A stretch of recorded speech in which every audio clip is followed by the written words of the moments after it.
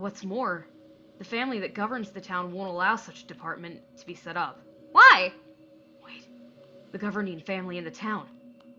I can just tell them about the murder. But which family is in charge of the town? Where exactly do they live? I suddenly realize I'm so ill-informed about the town. I only know that one of those two prestigious families is governing our town. But later, I realize I know nothing about the governing family, and don't even remember its name. In my defense, I thought it was unnecessary to know the governing family before the murder emerged. What should I do next? I better go home and ask my mom about the family first. Mom! Mom, help me! I'm stupid. I don't know shit about my town. I'm back. Tamaki, Nanami came to look for you earlier. Nanami? Did she come here for me? She told me she wouldn't come and asked me to take a good rest yesterday. What happened? Nanami, when did she come? Probably 1 hour ago? So weird. What's wrong? I have no idea. Did she say anything? No. She saw you weren't around and then left. Okay. I better go look for her. Hurry up! Don't let her down. By the way, do you know the family that governs our town? Why do you ask? Nothing. Just felt like asking. I can't talk about the murder right now. I will only make them more scared. So I might as well give my family and friends a heads up. Sorry, Tamaki, I don't know either. Okay, it's fine. I'm going to look for Nanami. By the way, Mom, you and Dad really need to look out for yourselves lately.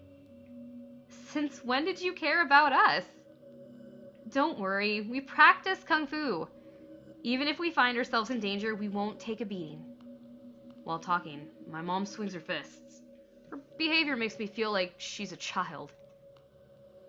I'm glad you think this way. This town is not as safe as we think it is. We know. You need to be careful too. After all, you young people seldom know the outside world. Okay, I'm leaving. Come back home early. Yay, Mom. Yay, Mom! Nanami wasn't around when I went to her house, so I turned back to go home. It was totally dark on my way back. Her door was locked, and nobody seemed to be home. I kept knocking and ringing the bell outside, but there was no answer. I went to places where she usually hung around, but found nothing. Nanami Shio, where are you? At this moment, No, we're going worry. I'm really worried about Nanami. The terrible nightmare emerges in my head, and I shake my head so hard trying to eliminate the scary memory. Nanami will be fine. The terrible images I saw this afternoon occupy my mind. The thought of the tragic scene of the dead girl has me quivering with fear. I'm still unable to prove the killer is from our town. No matter who he is, I have no doubt that the town is extremely dangerous at night. No one knows for sure whether the killer continues to kill in the town or not after night falls. On the contrary, the dim light and surroundings of the town create a favorable condition for the killer. Nanami, you'll be fine. I must find you tonight. It suddenly occurs to me that Nanami may have come to my home to look for me again, so I'd better go home now. What if Nanami weren't to go to my home? Where should I go and look for her? I'm scratching my head for a solution. First things first, I head for all the possible places where Nanami may go. Go home.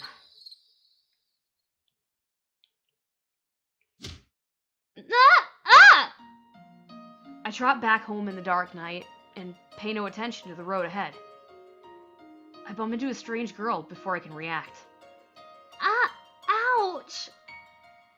She sits on the ground with tears in her eyes. It seems that she took a hard fall. Are you alright? Yeah, I'm okay. Sorry, I bumped into you. She quickly gets up and the pained expression immediately disappears. She takes on a lovely look and stares at me gently. No. She's a really tough girl. Most girls might have burst into tears when bumped onto the ground. I'm the one who should apologize. I didn't pay attention to the road and bumped into you. No. It's my fault. I was in a trance and didn't notice you passing by. I was standing in the middle of the road, so my bad. Sorry. Later, I realized she didn't notice me at all. She has been standing there all along. Don't apologize. I feel so guilty already. Really? Yeah, it's partly my fault too. Okay. I start to size her up. I've never met her before, but she's really pretty, with red pupils like rubies. She must have foreign origins. No one in this town has such red pupils. It's so late. Why don't you go home? I voiced my concerns when I feel she has no intention of leaving right away. Normally, girls don't stay out late at night. She is such an exception. Actually, I am going. I have to bring some food home, so I'm running late. Oh. I notice a small bag in her hand. It must be the food, although I have no idea of what's inside. Go home then. It's not safe hanging out at night. You'd better go home early. Judging from what I saw in the forest, it's very dangerous for her to stay here if the killer targets girls. I understand. Thank you. You're welcome. It's already very late. Thank you. Bye. Look at us! Girl Patrol! Nanami! I finally find her at the park near my home. Luckily, I didn't go home directly, but came here. I remember when Nanami couldn't find me, she would wait for me in the park. She must have something important to tell me. Otherwise, she wouldn't have gone directly to my home. It's 10 o'clock now, but she's still waiting for me. Is she worried about me? Or did something else happen? I feel a little guilty now. Hey, Nanami. I see her trembling when I call her. Then she slowly turns around and stares at me. Ah, shit. I sense something is wrong right after I see the look on her face. It's full of fear and pain. I dreamed about this scene before. Seeing this, I become stiffer. Has my nightmare really become a reality? No, it's not possible. What happened? Nanami, what exactly is wrong with her? Nanami, are you alright? Tamaki. She's crying while whispering my name. Without any hesitation, I immediately rush to her. Nanami! Nanami, are you okay?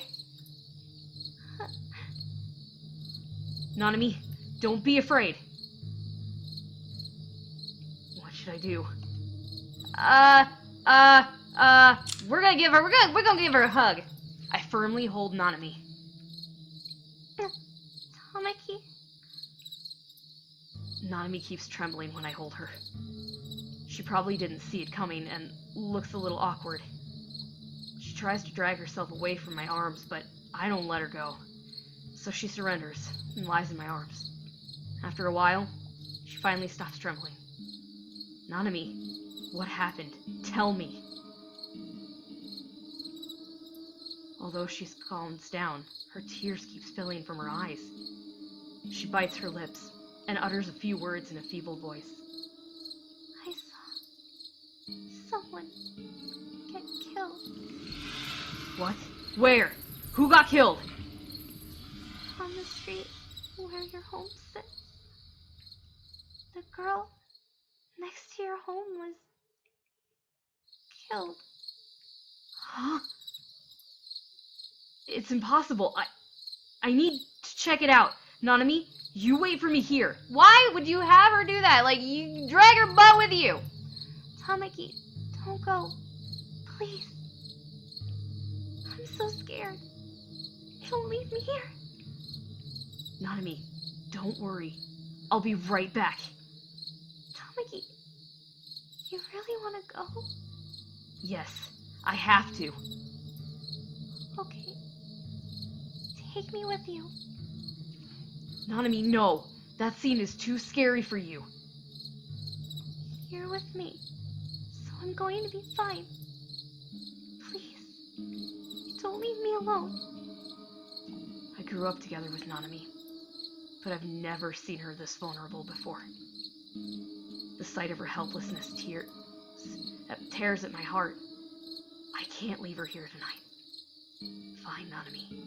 Let's go. Oh, Jesus. What the hell? I'm shocked by the scene in front of me. The girl who was living next to me has been killed. It happened after I left home looking for Nanami. I resist my fear and carefully check out the scene. The crime scene is exactly like the one in the forest. The girl's body is cut open with lots of blood and organs scattered on the ground. Her body is cut into pieces with many gashes. I look around the body parts scattered around and find some are missing. If some are missing, the killer must have taken some body parts away. Monster. Who did this? I roar in rage. This murder occurred next to my house, dispelling my safe town fantasy completely. Tamaki, let's leave. Nanami calls me in her shaky voice, bringing me back to reality. Sorry, Nanami, let's go back to my house. Okay. Oh, God. This is no breathers, really. After we get home, I tell my parents everything I saw. After all, they are more well-informed and prudent than us. What's more, they've mastered the martial arts, so they can deal with the killer well. Nanami and I are already at our wits' end. After my parents come back, Nanami and I go to my room. I pull my curtains open and see a large crowd near the crime scene. I feel much better when I see the large crowd of people. Nanami sits on my bed next to me. Her parents aren't at home today. With the brutal killer still at large, it's not wise to let her spend the night alone. So we ask Nanami to stay over. Nanami and I have spent a lot of time together since childhood, so our parents are pretty close. There's a vacant room in my home, and Nanami's staying over as a common occurrence. But she seems to be unwilling to stay alone, which is understandable considering what she's gone through. Nanami, Yes. it's time for sleep. Tamaki, can I stay in your room tonight? Nanami, are you sure? Tamaki, please. Nanami, Please, don't leave me alone. don't be scared, Nanami. My parents are both at home. Even if the killer comes, he can't rival us. But I'm so scared. I freak out at the thought of being alone in the darkness. Please, don't leave me alone. Her tears spill from her eyes again. I don't have the heart to refuse her again. I'll make an exception to let her stay in my room tonight. Fine. You can stay with me tonight. I won't leave you alone. Tamaki, thank you. Nanami, stop crying. Men are easily overwhelmed by girls' tears, which is the best weapon to deal with men. Girls like Nanami really break my heartstrings when they cry. We give in to girls. Sorry. Nanami, you can sleep on the bed. I'll sleep on the floor. No. No. What's your plan then? Tamaki, you sleep on the bed. I can crash anywhere. Don't even think about that, Nanami. Why? I'm a man. It's okay. I don't mind. No. Haven't you heard about a legend?